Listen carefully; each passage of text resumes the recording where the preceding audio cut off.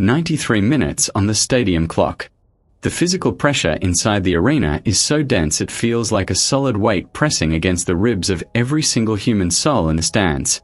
On one side of the grass stands Spain, a multi-billion euro footballing dynasty fueled by hyper-automated tactical frameworks, clinical sports science academies, and world-class superstars whose individual market valuations read like international corporate ledgers. On the absolute opposite side stands Cape Verde, a tiny volcanic archipelago of 500,000 people, defended by a group of tactical rebels who were never supposed to survive the qualifying matrix, let alone stand on the pitch of a global tournament. The ball leaves the boot of a Spanish midfielder with terrifying, mechanical precision, slicing through the air and dropping directly into the 6-yard box. It is the definitive structural scenario engineered to break an underdog spirit. The stadium lights capture a single, lanky figure wearing the goalkeeper jersey, launching his physical frame across the goal line with a desperate, neuromuscular reaction that completely defies his age. His fingertips make contact with the leather, deflecting a certain match-winning strike away from the post, forcing the entire footballing world to sit up and ask an impossible question. How is this human wall even operating at this level? This is Josimar Diaz, known globally to the archives of the beautiful game as Vozinha, a man who has just rewritten the competitive rules of modern international football. To look at Vozinha standing between the posts in 2026 is to look at an absolute anomaly, a magnificent architectural defiance against the cold spreadsheets of elite European clubs. In a contemporary transfer market where 20-year-old prospects are signed for €80 million based on predictive tracking data and algorithmic projection curves, Cape Verde's defensive anchor is outperforming world-class systems at 40 years old. How is this chronological paradox even possible? Why did the phone of his domestic agency remain silent for decades while elite scouts scrambled to sign alternatives who didn't possess half his raw psychological resilience or structural track record? To understand the massive economic and emotional gravity of his performance against Spain, we have to look completely past the superficial 5-minute highlight reels on YouTube. We have to look past the sterile match statistics and dive straight into the deep corporate reality of a footballing nation that treats survival not as a tactical option, but as a mandatory structural law. Every 4 years, the World Cup creates global icons, but the story of Cape Verde's one-man army is a narrative forged in absolute obscurity, far away from the luxury suites of Europe's top divisions. Cape Verde's footballing history is a testament to structural defiance.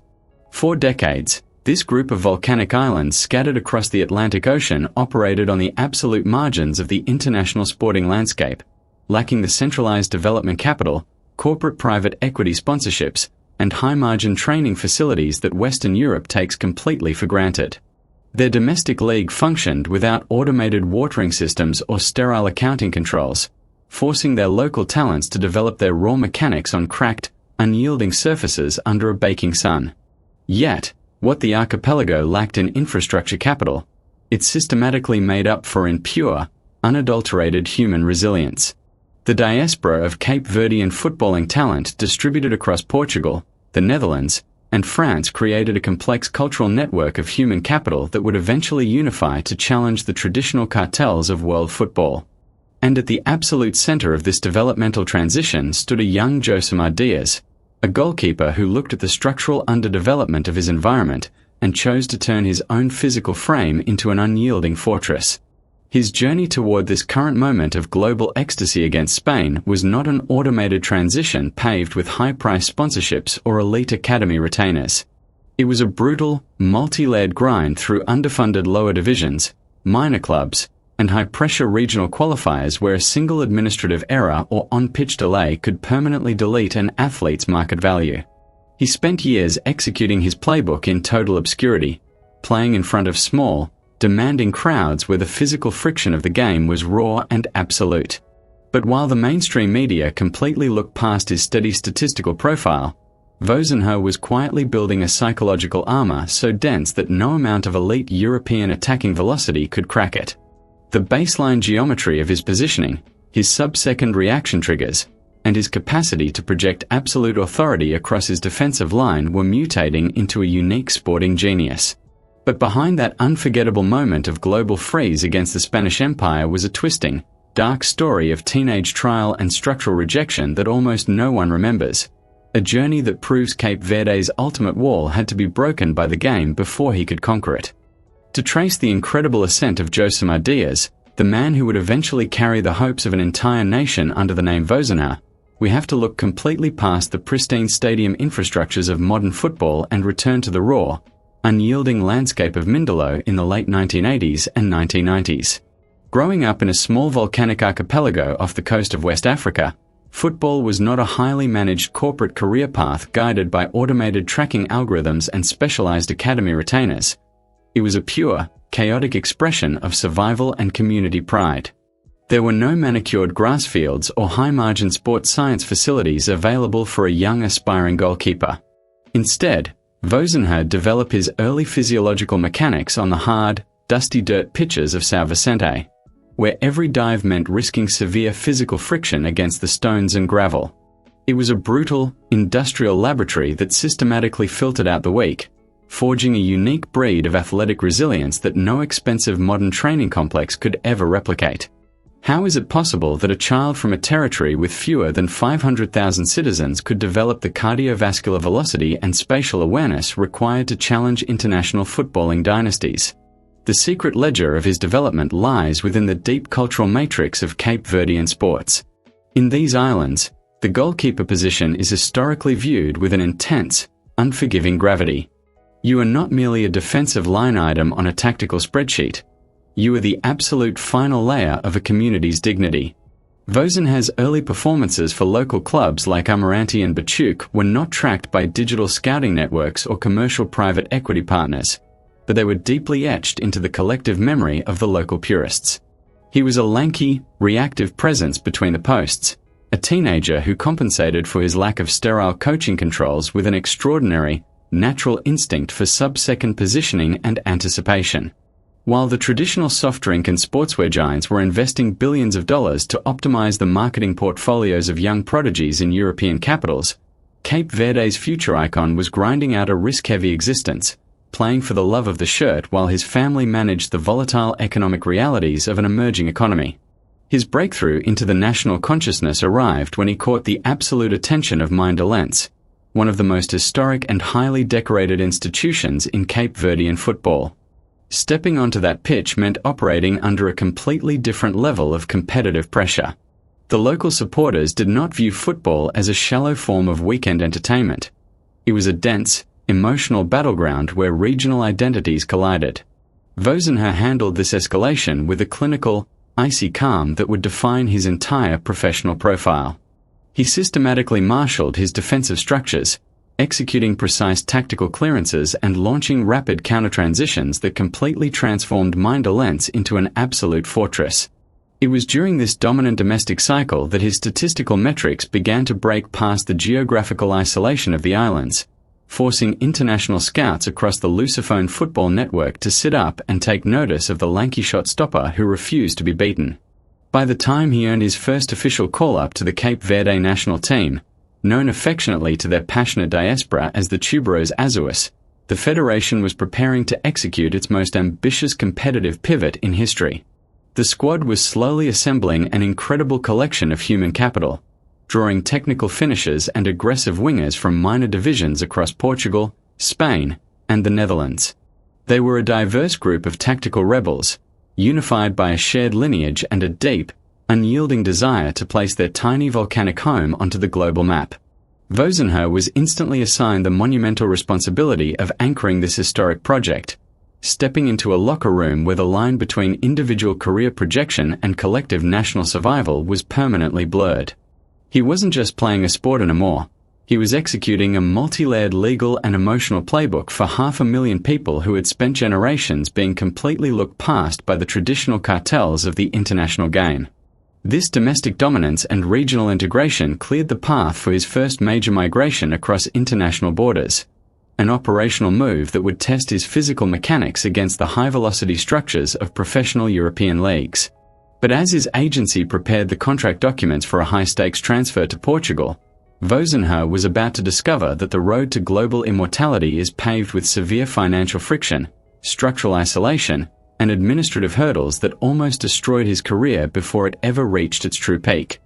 The migration from the familiar shores of Cape Verde to the structured European leagues marked a critical turning point in Vozinha's career, moving him from local dirt pitches straight into the clinical, high-stakes ecosystem of Portuguese club football. In 2012, after establishing his domestic superiority with Mindolence, the towering goalkeeper finalized a transfer to Progresso do Sambizanga, before his defensive parameters ultimately caught the attention of scouts at Gil Vicente. Stepping into the Portuguese football structure was a massive economic and physical shock for a 40-year-old steward who had spent his formatting years away from the hyper-controlled sports science academies of the West. In Europe, an international asset is systematically evaluated by automated tracking matrices, where a goalkeeper's cardiovascular velocity, spatial distribution angles, and neuromuscular alignment are logged into rigid club spreadsheets. There was no room for sentimental romanticism. The domestic hierarchy demanded instant technical precision, and every single second of training was treated as a high-pressure job evaluation. To fully comprehend the deep professional friction Vozinha managed during this European adaptation, one must analyze the stark contrast in lifestyle infrastructure. He was no longer playing in front of a tightly knit local community that shielded their human capital with unconditional support. He was operating as an isolated foreign line item on a European corporate balance sheet. The training fortresses of Portugal demanded that a starting shot-stopper execute complex tactical playbooks, managing defensive structures with sub-second vocal commands while adapting to a completely foreign pace of ball velocity. Despite the systemic isolation and the harsh winter climates that felt entirely unnatural to an island athlete, Vozinha applied his trademark icy calm to the training grass, slowly adapting his natural instincts to match the high-velocity requirements of European forwards. He audited his own physical mechanics, working relentlessly to refine his positioning and squeeze every decimal point of efficiency out of his tall frame, proving that his defensive track record was not a domestic fluke but a product of unique sporting genius. This clinical resilience is precisely why the Cape Verdean national coaching staff systematically built their entire long-term defensive architecture entirely around his presence. By the time the 2013 Africa Cup of Nations arrived, the Tuberos Azuis were preparing to execute the most historic competitive campaign in the history of the archipelago. They were entering a prestigious continental tournament where traditional football powerhouses like Ghana, Nigeria, and Ivory Coast operated with massive downstream corporate resources and rosters saturated with multi-million euro Premier League stars. Cape Verde was viewed by predictive data models as a functional placeholder, a minor group stage participant destined to be brushed aside by the aggressive attacking velocity of the continent's elite squads.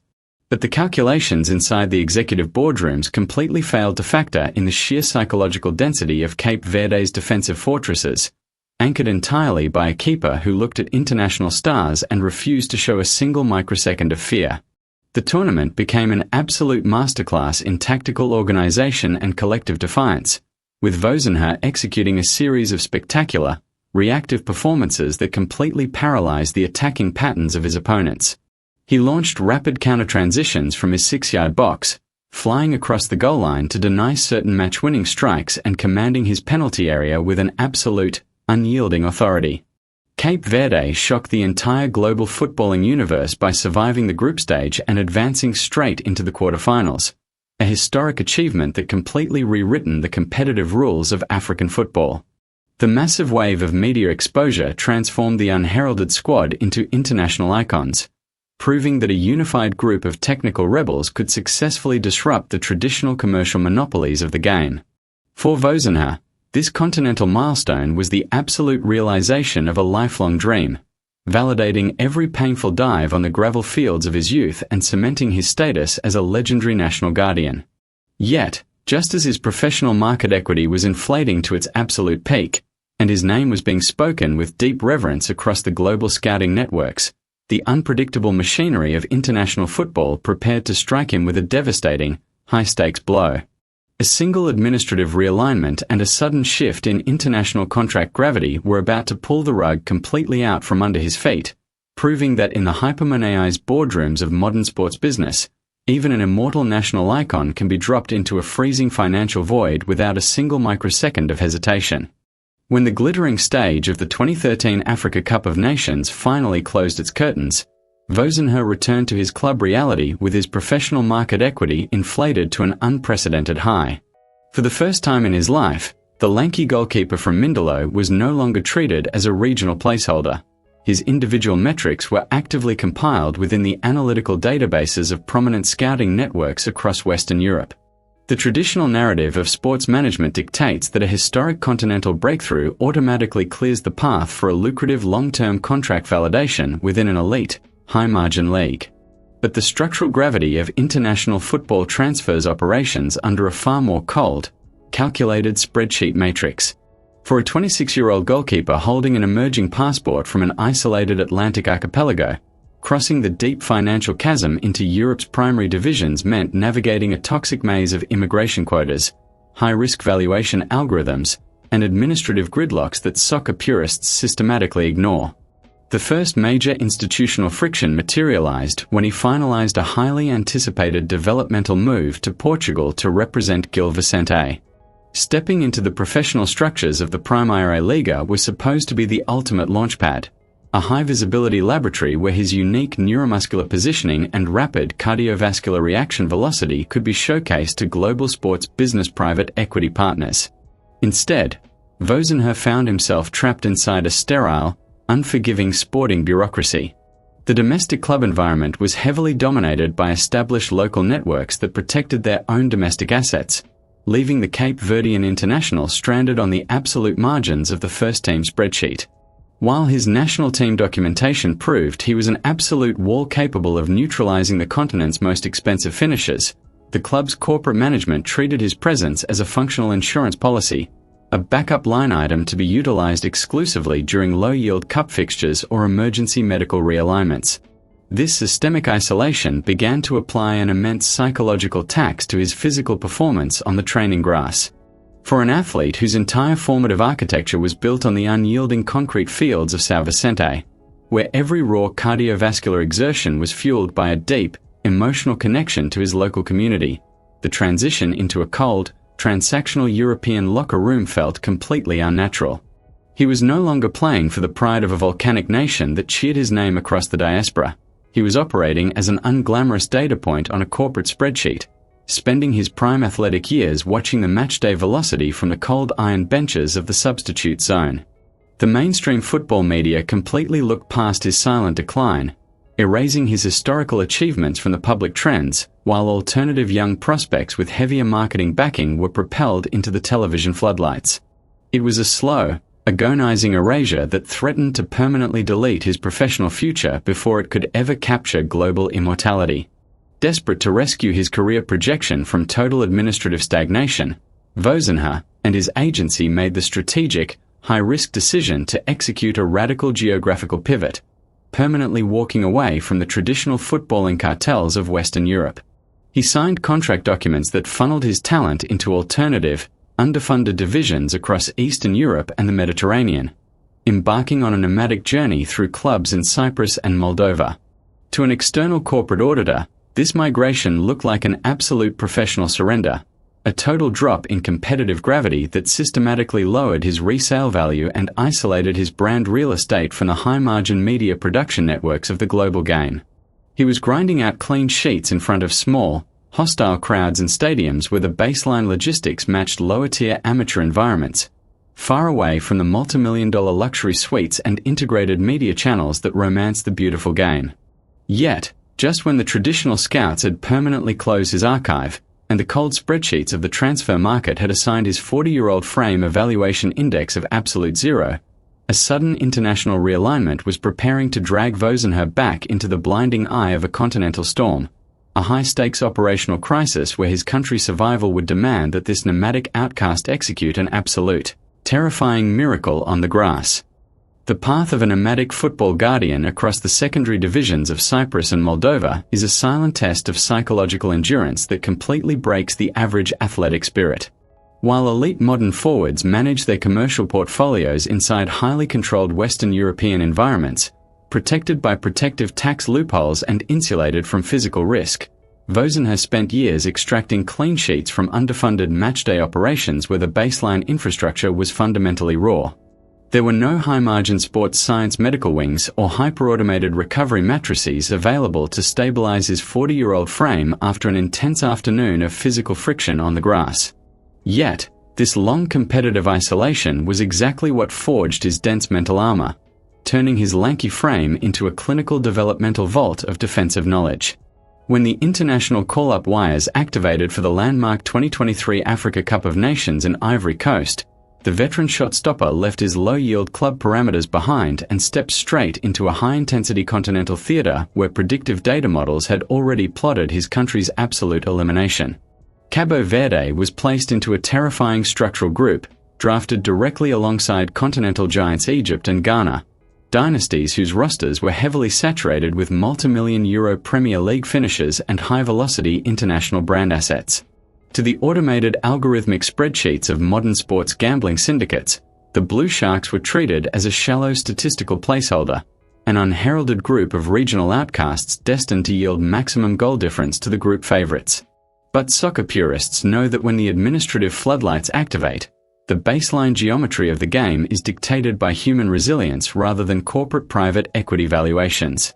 Vozinha stood between the iron posts as an absolute defensive line item of defiance, organizing his backline with clinical vocal commands and executing a series of sub-second neuromuscular reactions that completely paralyzed the attacking structures of his elite opponents. Cabo Verde did not merely survive the group stage. They violently disrupted the established hierarchy, defeating Ghana and engineering a historic draw against Egypt to secure the absolute summit of the table. The physical intensity of the tournament escalated dramatically when the knockout brackets commenced, pushing Vozinha's cardiovascular parameters to the absolute limit of human longevity.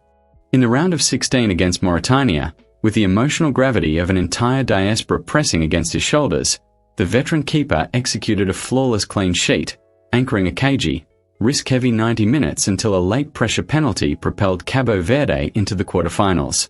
The tiny volcanic republic of 500,000 citizens was suddenly operating inside the ultra-elite zone of African football, creating viral social media communication effects that completely dominated the global sports headlines. For Vozinha, this was not a shallow marketing showcase designed to secure a lucrative contract escalation with a global soft drink cartel. It was a desperate, literal battle to validate Cape Verde's sporting dignity and protect the athletic future of the islands from generational obscurity. Every save under the baking Ivory Coast sun was an emotional dividend paid directly to the local purists who had cheered his name on the dusty dirt fields of Mindelo. But the brutal corporate mechanics of international tournament football dictate that the peak of national ecstasy is often followed by a sudden, devastating structural collapse. In the quarter-final clash against South Africa, the tactical friction on the pitch reached a state of absolute cardiovascular exhaustion, forcing a dramatic 0-0 draw after 120 minutes of grueling cardiovascular warfare. The match descended into the cold, calculation lottery of a penalty shootout, a high-stakes corporate matrix where the entire sporting destiny of a nation is decided in a matter of 30 seconds. Vozinha stood on the goal line, a giant 40-year-old anchor trying to decode the physical angles of his opponents, but the predictive data models flipped violently against Cabo Verde. Their shooters suffered a historical psychological breakdown against the opposing keeper, missing 4 consecutive spot kicks and violently deleting Cape Verde's dream of a historic semi-final progression. The sudden silence inside the locker room marked the absolute end of an immortal continental epic, leaving the lanky guardian standing alone in the freezing emotional void of defeat. But as his agency compiled his final tournament metrics, preparing to return his talent to the quiet parameters of club football, a far more terrifying administrative crisis was developing within the hidden executive suites of the domestic federation, a high-stakes financial collision that threatened to permanently erase his international legacy before the qualifiers for 2026 could even commence. The administrative landscape operating behind the scenes of Cape Verde's international setup began to undergo a turbulent realignment immediately following their dramatic exit from the continental stage. For an elite athlete whose entire physical architecture is deeply bound to the fortunes of their national flag, the deep organizational friction within a football federation can permanently disrupt their career trajectory on the grass.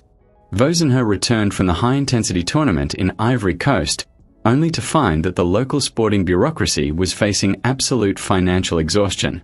The traditional funding mechanisms and state-backed allowances that were supposed to stabilize the team's upcoming 2026 World Cup qualifying campaign began to systematically collapse under the weight of underfunding and structural mismanagement.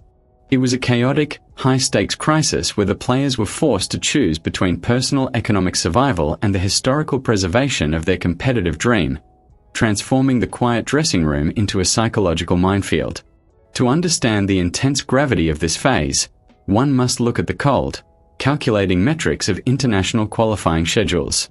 Cape Verde was drafted into a restrictive regional matrix where they had to challenge traditional heavyweights like Cameroon and tactical modern setups like Libya inside Group D. Every single away fixture required navigating exhausting cross-continental travel logistics, substandard training environments, and erratic local processing systems that sliced through the players' neuromuscular conditioning. Vozinha, applying his trademark icy calm to the pitch, worked relentlessly to anchor his defensive structures, executing a series of reactive, sub-second saves to keep his squad within touching distance of automatic qualification. But while his personal statistical profile maintained an extraordinary level of technical efficiency, the institutional framework surrounding him was rapidly deteriorating, turning every 90-minute window into a desperate battle against baseline underdevelopment. The breaking point arrived during a critical operational window when the team's traveling squad realized that their promised performance retainers and basic accommodation logistics had been completely looked past by the administrative directors. While elite Western European nations managed their qualification campaigns through automated corporate accounting wires and risk-free luxury asset portfolios, the Cape Verdean players were facing a reality where their basic sports science medical setups and training stipends were redline liabilities on a federation balance sheet. Rumors of a sudden dressing room rebellion began to surface across the Lusophone media pipelines, with senior stewards openly confronting executive board members over unpaid contract parameters. The intense, unglamorous pressure of representing a tiny volcanic republic under these conditions started to suffocate the unburdened creative freedom of the team, fracturing their tactical focus at the exact historical moment they needed absolute clarity on the grass. Despite these massive administrative hurdles, Vozinha refused to allow his personal performance index to drop, executing several clinical clean sheets to drag Cape Verde through a grueling series of low-yield draws. His long nomadic journey through the professional lower divisions of Europe had built a unique psychological resilience, allowing his 40-year-old frame to absorb maximum physical stress while commanding his 6-yard box with absolute authority. But the numbers inside the competitive spreadsheet are brutally unforgiving. When a squad is forced to compromise its physical preparation due to administrative instability, the tactical execution on the pitch will eventually suffer a devastating neuromuscular delay. Cape Verde dropped critical points during a decisive away fixture, a minor tracking error that automatically deleted their mathematical chances of advancing to the peak of the global game in North America. The cold finality of the qualification table marked the absolute disappearance of the global spotlight, burying Cape Verde's golden generation back into international obscurity. But as the veteran keeper packed his training gear, preparing to return his physical talent to the quiet, low-yield parameters of his European club, the ultimate question was left hanging in the freezing void of his future. Where did this immortal icon actually go? When the theoretical dream of a 2026 World Cup qualification calculation permanently vanished from Cape Verde's analytical projections, the structural fallout inside their domestic infrastructure didn't just impact their sporting schedule. It actively threatened to paralyze the financial architecture of the entire national team project. For a 40-year-old goalkeeper whose historical valuation index had already been heavily audited and written down by Western European scouting algorithms, losing that primary international showcase meant entering a state of complete institutional displacement. The frantic cash-driven wires and emergency state bonuses that had temporarily stabilized the locker room during their immortal continental runs in Ivory Coast dried up completely, leaving the veteran shot-stopper to confront the unglamorous reality of aging in total obscurity. Traditional sports documentaries romance about the unburdened beauty of an icon's twilight years, but the cold spreadsheets of modern sports management reveal a far more calculated culling of human assets. The deep friction of this transitional phase is explicitly visible when you audit the baseline metrics of his club-level operations during this period. Vozinha was no longer migrating between high-visibility European properties like Gil Vicente or executing high-stakes playbooks under the blinding floodlights of central television channels. Instead, his everyday reality was funneled into the quiet, low-margin perimeter of AS Trenčín in the Slovakian top division. To the predictive data models of global sportswear monopolies and soft drink cartels, this geographical shift was passed through as a total drop in competitive gravity, a functional red line that automatically deleted his brand real estate from prominent digital campaign investments. He was grinding out 90-minute performances on unwatered pitches in front of small, freezing crowds in small industrial towns, far away from the multi-million-dollar luxury suites and automated retail sales operations that market the glamorous face of the beautiful game. To understand how deep this professional canyon runs, one must examine the internal physical tax applied to a veteran athlete operating inside a peripheral European system. There were no hyper-automated sports science medical facilities or automated recovery matrices available to stabilize his neuromuscular conditioning after an afternoon of high-velocity friction against the grass. Every single training session required an immense, isolated exertion of raw human will, forcing his chronological framework to continuously absorb maximum physical stress just to maintain a baseline performance index. The mainstream football media completely looked past his steady statistical production in Slovakia, systematically erasing his record-breaking national legacy from the public trends, while alternative young prospects with heavier private equity backing were propelled into the metropolitan spotlight. It was a slow, transactional erosion where his technical excellence was weighed exclusively by the clinical algorithms of an unfeeling transfer market. Yet, this total disappearance from the primary media channels did not signal a psychological surrender. It was the ultimate formatting of an immortal footballing monk. While the global audience looked past his nomadic survival, Vozinha was quietly transforming his peripheral exile into a masterclass of defensive endurance, utilizing his deep structural knowledge to extend his physiological longevity past all traditional boundary lines. He audited his own physical mechanics with clinical precision, squeezing every decimal point of efficiency out of his tall frame and commanding his Slovakian penalty area with the identical icy authority that had once paralyzed the attacking systems of Ghana and Egypt. He refused to allow the cold finality of his datasheet to dictate the internal fire of his sporting spirit, transforming a low-yield club contract into a personal fortress of resilience. But just as the footballing world had permanently filed his archive away under the category of forgotten veterans, a sudden international update was developing across the global pipeline, a rare, chronological anomaly that was about to pull the lanky keeper out of his Slovakian shadows and place him back on a historical track so bizarre it would completely chasten the elite spreadsheets of the Western game. When you trace the complete mathematical trajectory of a modern footballing archive, the real division between absolute stardom and permanent administrative isolation doesn't just exist within complex multinational commercial transfer documents. It systematically alters the deep psychological baseline of the players left working inside underfunded domestic environments. For Vozinha, navigating his grueling defensive operations for AS Trenčín was a clinical lesson in human endurance, forcing his 40-year-old skeletal framework to continuously absorb heavy muscle stress far away from the hypermoneized television networks of Western Europe. While elite international sports private equity firms were investing hundreds of millions of dollars to optimize the automated training parameters of young prodigies in France and Spain, Cape Verde's absolute anchor was logging 90-minute clean sheets on cold Slovakian pitches for the basic survival of his legendary track record. It was a silent, unglamorous existence that typical soccer purists completely look past, treating his historical profile as an inactive data sheet on an unfeeling institutional spreadsheet. The transition into this peripheral European reality applied a massive financial friction to his family's long-term asset security, forcing his local representatives to constantly audit alternative regional markets across the Lusophone soccer diaspora. For a world-class guardian who had once completely paralyzed the attacking structures of prime continental finishers during his immortal Africa Cup of Nations campaigns, playing inside underfunded stadiums matching lower-tier amateur logistics felt like an absolute professional culling. There were no high-margin medical wings or customized legal triggers built into his domestic club contract to protect his personal brand real estate from sudden market drops.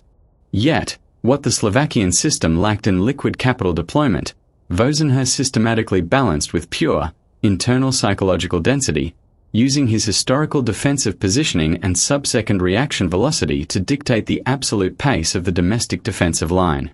He transformed his low-yield peripheral exile into a private developmental laboratory, quietly waiting for a solitary developmental wire to rescue his name from generational obscurity.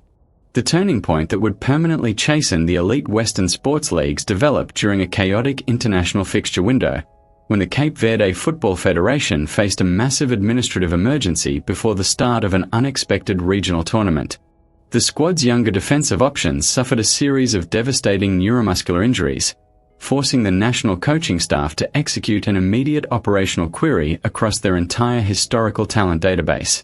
They needed an absolute leader capable of stabilizing a deeply fractured locker room, a mature steward who could handle extreme political gravity and command the 6-yard box without a single microsecond of hesitation.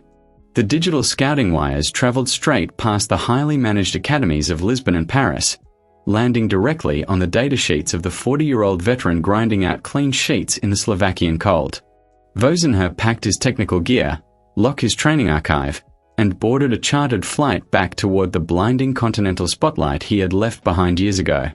His return to the national team camp was not met with high-priced promotional campaigns or automated social media communication updates from multinational soft drink monopolies. It was treated as a clinical, high-risk calculation by an underdog nation fighting against structural displacement. The veteran guardian stepped onto the grass with his physical mechanics deeply formatted by decades of raw, unregulated friction, looking at a new generation of hyper-athletic forwards and preparing his defensive lines for an absolute, zero-compromise battle. The baseline geometry of his positioning was completely intact, but as the upcoming international stadium screens began to warm up, the corporate directors of world football were about to witness a psychological masterclass so intense it would permanently break the predictive algorithms of the global game. The stadium gates were preparing to unlock for a high-stakes competitive alignment that would place Vozinha face-to-face with a multi-billion euro attacking dynasty, setting the stage for an absolute, historic display of defiance where a solitary 40-year-old outcast would force the entire footballing universe to witness a literal sporting miracle. When you pull away the high-velocity drama of continental tournaments and look directly at where Josimar Diaz stands today, you discover a reality that completely shatters the typical retirement parameters of modern professional sports. In a contemporary football industry that systematically culled anyone over the age of 33 from their primary digital asset sheets, the Cape Verdean national icon is actively working as a living cathedral of defensive knowledge, extending his physical longevity far past the standard boundaries of the game. At 40 years old, when most of his teenage contemporaries have long since transitioned into low-yield executive positions, luxury promotional campaigns, or permanent obscurity, Vozinha is still strapping on his technical gloves and executing his professional playbook every single weekend. He does not view his current phase as a shallow, nostalgic sunset tour designed to collect quick marketing retainers from lifestyle monopolies. He treats his everyday position between the posts as a mandatory, zero-compromise operation to validate his entire life's work. His contemporary footprint at AS Trenčín in Slovakia has evolved into something far deeper than a basic club registration line item. To the young European prospects navigating the high-pressure developmental structures of the local academy, the presence of this lanky, 40-year-old titan inside the locker room represents an absolute masterclass in psychological resilience. He does not rely on automated sports science medical facilities or expensive private equity recovery setups to sustain his performance index against the league's high-velocity forwards. Instead, Vozinha manages his chronological framework through a meticulous, self-directed formatting of his physiological mechanics, working relentlessly on sub-second spatial anticipation, positioning angles, and cardiovascular endurance to squeeze every decimal point of efficiency out of his veteran body. He has transformed a peripheral European league contract into a personal laboratory of athletic defense, proving to the international scouts that a human wall built on raw human can easily look past the cold finality of predictive data curves. The true gravity of where he is today becomes explicitly clear when you trace his ongoing relationship with the Cape Verde national setup. Even after the devastating administrative failures and high-stakes operational gridlocks of the 2026 qualification campaign permanently deleted their dream of a global showcase in North America, Vozinha refused to walk straight away into a risk-free retirement void. He remains the emotional anchor of the tuberose azuis, an immortal protective shield who continuously commands his 6-yard box and mentors the next generation of technical rebels navigating the international scouting pipelines.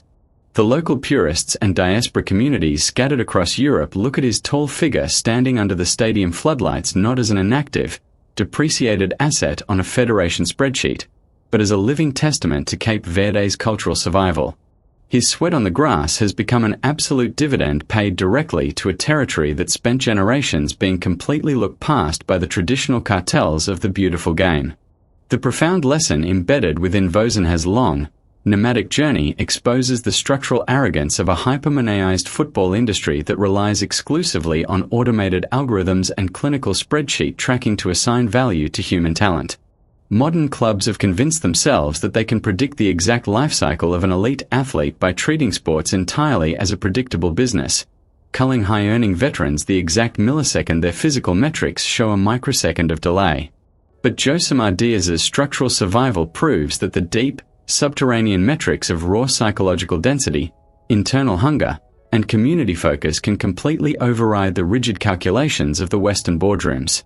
He has shown the world that a player who developed his early mechanics on the dusty gravel pitches of Mindelo can carry the sporting dignity of a nation across decades of isolation, forcing the global corporate machine to realize that some human assets are simply too resilient to be deleted by a predictive tracking curve. But as the final matchday clock of this legendary generation prepares to execute its absolute, historical freeze, a secret boardroom realignment and a highly aggressive commercial pipeline are quietly converging behind the stadium gates, a high-stakes revelation that proves the final chapter of Cape Verde's absolute protector will violently break the financial rules of the modern game one last time.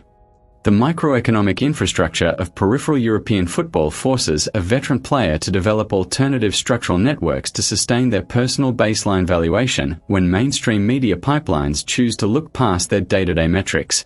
For Vozinha, anchoring the defensive parameters of AS Trenčín inside the Slovakian top flight wasn't merely a matter of executing tactical game plans under the freezing local floodlights. It was a clinical, daily masterclass in psychological preservation. In an international transfer market heavily saturated by hyper-automated scouting algorithms that systematically redline any asset approaching their late 30s, the Cape Verdean Guardian had to turn his own physical longevity into an absolute counter-narrative against corporate private equity models. He was operating far away from the high-margin sports science wings of Portugal or England, relying entirely on a deeply disciplined formatting of his personal conditioning, spatial positioning angles, and sub-second reaction triggers to block the high-velocity progression curves of younger forwards. While the traditional corporate cartels of sports apparel and soft drink monopolies were busy routing multi-million-dollar endorsement wires to promote teenage prodigies in metropolitan centers, Cabo Verde's legendary wall was quietly establishing a localized developmental sanctuary in Eastern Europe. He became a vital institutional line item for his club, a living archive of defensive metadata whose vocal commands and positioning geometry stabilized an entire defensive structure. To the predictive spreadsheets of Western analysts, his presence in a lower-yield European system looked like a total drop in competitive gravity, an inactive profile buried beneath the flashier metrics of the global entertainment grid. But to the local purists who watched him command his 6-yard box with an icy, unyielding authority every weekend, Vozinha was demonstrating that the raw human variable can easily outlast the calculated life cycle projections engineered by unfeeling boardroom algorithms. This unglamorous domestic endurance is precisely what allowed him to maintain his position as the absolute defensive anchor for the national team setup, long after the historic penalty shootout collapse in Ivory Coast had faded from the immediate social media trends. He didn't allow the sudden silence of international obscurity to fracture his internal dedication to the tuberose azuis. Instead, he systematically used his club exile as a highly focused preparation laboratory, maintaining a flawless statistical performance index so that whenever his country faced a sudden administrative or physical emergency on the grass, their immortal protector would be perfectly formatted to answer the call.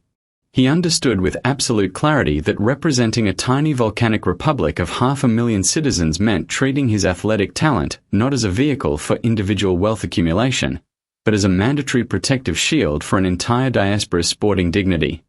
And it is this exact intersection of peripheral longevity and international loyalty that brings our analytical journey back to the blinding eye of a new continental update. As the preliminary administrative protocols for the upcoming African tournament brackets begin to activate across the global media network, the executive directors of World Football are quietly tracing a highly unusual metadata trajectory, a rare chronological paradox that is about to drag the 40-year-old outcast out of his Slovakian shadows and lock his name onto a historic track so explosive it will violently chasten the elite transfer spreadsheets of the modern game won last time. The stadium gates are preparing to execute a rapid, high-stakes structural alignment that will place Cape Verde's absolute guardian face-to-face with a multi-billion euro commercial powerhouse, setting the stage for an immortal final display of defiance where the true cost of global excellence will be paid in full before a single retail sales figure can be computed by the corporate masters of the beautiful game. When we take a step back and audit the complete career ledger of Josimar Diaz, stripping away the cold, clinical data points and the algorithmic predictions that define the modern footballing economy, we are left confronting a singular, undeniable truth. The sporting greatness of an athlete is not measured by their peak valuation in an elite European transfer spreadsheet. Vozinha's story acts as a violent, necessary disruption to the sterilized narrative that the big corporate clubs in London, Paris, and Madrid have spent decades trying to institutionalize.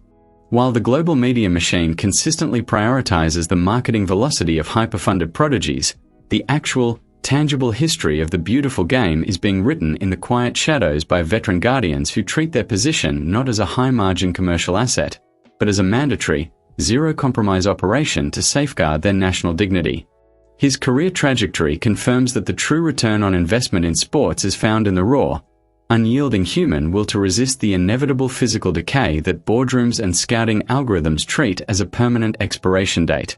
For the thousands of aspiring athletes in Cape Verde who currently train on the harsh, dusty pitches of São Vicente, the sight of Vozinha operating at the highest professional level at 40 years old is more than just a sports highlight. It is a vital, institutional permission to persist. He has systematically dismantled the corporate paradigm that suggests a footballer from an isolated island archipelago cannot sustain a professional elite-level presence without the massive, downstream infrastructure of Western European development academies. Every clean sheet he logs, every reactive, sub-second save he executes, and every tactical instruction he projects across his penalty box serves as a structural blueprint for the next generation of technical rebels. He is teaching them that while the global industrial machine may temporarily look past their existence or prioritize higher-margin commercial assets, the actual capacity for athletic excellence remains entirely within their own control, formatted by their own internal discipline and mental armor. This brings us to the core of our investigative mission here at the Football Archive. When the final matchday clock of Vozinha's historic career inevitably reaches its terminal zero, he will not be remembered for the millions of euros he didn't generate for elite European shareholders or the viral marketing clips that the sportswear monopolies failed to produce in his honor. He will be cemented into the folklore of the African continent as the immortal guardian who refused to let his nation's sporting destiny be erased by financial gridlock or institutional neglect. His entire professional archive is a living, breathing rejection of the idea that a footballing career is merely a shallow corporate project with a strictly defined depreciation index. He has proven that the beautiful game, at its absolute foundation, is a theater of human history where the most unforgettable legacies are those that were never supposed to survive the opening competitive round. If you want to look past the superficial highlights and truly understand the brutal, fascinating machinery operating behind the beautiful game, if you want to deselect the polished optics and dive deep into the hidden finance tracks, the boardroom betrayals, and the structural collapses that define the destinies of your favorite icons, make sure to smash that like button right away, subscribe to the channel, and engage in the comment section below. Turn on your post notifications so you never miss an execution of our deep investigative files, because the vault of international sports business is saturated with thousands of untold stories waiting to be unsealed. Every legend has a story the mainstream networks systematically skip, a hidden trajectory where corporate private equity, political dependency, and clinical data models collide to dictate the absolute value of human sweat on the grass. We are here to tell those stories the exact way they deserve to be told, with the context, the drama, and the clinical details that define the real history of the sport. When we take a step back and analyze the broader competitive architecture of international football, the true cost of an icon's legacy can never be fully captured by transfer fees, marketing retainers, or official rankings produced by corporate analysts. For a goalkeeper like Vozinha, who spent 4 decades operating on the absolute margins of the global game, the most significant achievement was never a high-margin contract with a traditional Western European powerhouse. It was the ability to protect the dignity of a volcanic archipelago against the relentless, high-velocity attacking structures of the world's elite dynasties. He stood for every unheralded athlete currently grinding out professional minutes on underfunded pitches in Eastern Europe, proving that if you systematically refine your internal positioning, spatial awareness, and psychological armor, you can completely deselect the expiration dates assigned by the unfeeling scouts of the corporate boardrooms. Cabo Verde's legendary wall taught the footballing world that a legacy is not a static data point to be auctioned by private equity. It is a living, breathing history of survival that exists entirely outside the traditional financial matrices of the beautiful game. Long after the stadium lights extinguish and the analytical data of the 2026 World Cup cycle are archived into the deep storage of international football history, the specific memory of Vozinha's absolute, unyielding defiance will remain permanently etched into the cultural folklore of the Atlantic Islands. He is not a depreciated asset or a forgotten veteran. He is a structural monument of human resilience who forced the elite attacking systems to pause and recalculate their trajectory every time he stepped into his 6-yard sanctuary. He demonstrated that the most unforgettable sporting moments are not the ones manufactured by sterile, multi-million-dollar promotional channels, but the ones where a lone, lanky human being steps into the blinding spotlight and achieves a level of defensive eternity that no predictive model could ever calculate. His career provides the definitive proof that behind every sterile locker room and every cold performance review spreadsheet lies a human heart that once ran itself to absolute physical collapse just to make a nation believe in the impossible.